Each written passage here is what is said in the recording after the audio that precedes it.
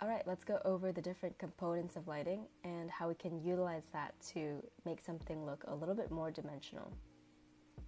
So first off, here's my basic shape, and I've assigned a contour over it. So first we have our light source, and that's going to create this cast shadow,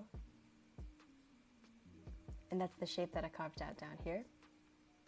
And the line that divides light and shadow is going to be called our terminator.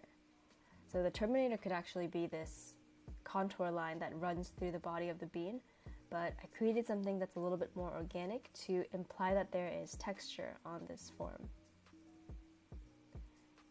Next we have something called ambient occlusion, and that's going to be where light can't get in. You can see this a lot in really deep folds of skin or fabric, also right underneath objects where it meets the ground. When working with pen and ink, we can just use a thicker line weight to indicate this, and that's really going to give your subject a sense of weight. Next we have the halftone, and that's going to be taken care of by the paper that we're using. So let me go in onto this terminator and just carve out a fairly dark shadow right up on this line.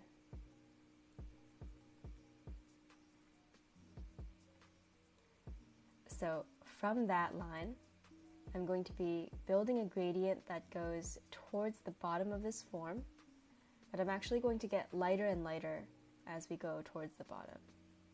I'm also going to create another gradient because I said this form is textured, and I'm going to introduce a little bit of that above this terminator.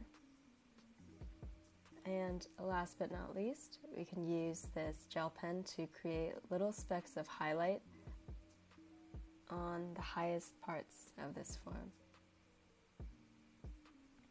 We can also add a lighter edge to this shape. And this is more of a stylistic choice more than anything. It helps groups things together, but it does create this nice finish. Oh, and before I forget, so the shadow that actually lies on the form is called a core shadow, what we see right here. And if we have any kind of light bouncing back up from the ground onto the subject, that's going to be called a bounce light, and that's why I made a gradient that goes lighter and lighter as we go into the ground. This occurs a lot more with things that are like reflective or shiny. And I just wanted to show you guys an example of how each of these basic shapes react to light. So here we have our sphere, cube, cylinder, and cone, and I left out the pyramid just because they're pretty similar.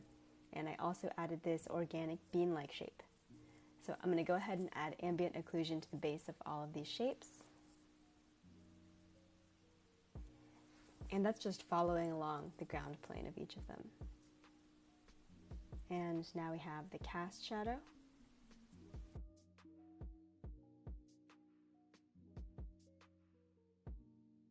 So let's look at this cube first. For the cube, I'm just going to darken the side that is furthest away from.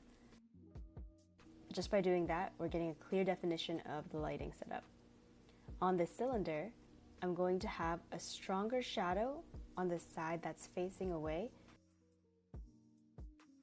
but there's going to be a gradient that goes out on either side.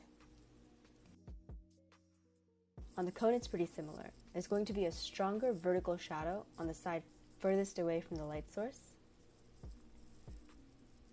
and there will be a gradient that goes around it. Moving on to the sphere. Since this is a completely rounded form, the shadow is going to follow that contour of the sphere.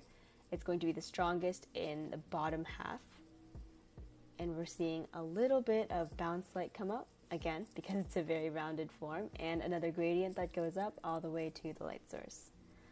And the same rule applies to this organic form, and this will definitely come in handy as we're drawing animals. It follows the principles of the sphere, but the shadow is just getting elongated because of the shape. So keep in mind how light and shadow behaves on these basic forms. Like I said earlier, all subjects can be broken down into these basic forms or modifications of them, so this will definitely help you figure out how to light your animals and creatures.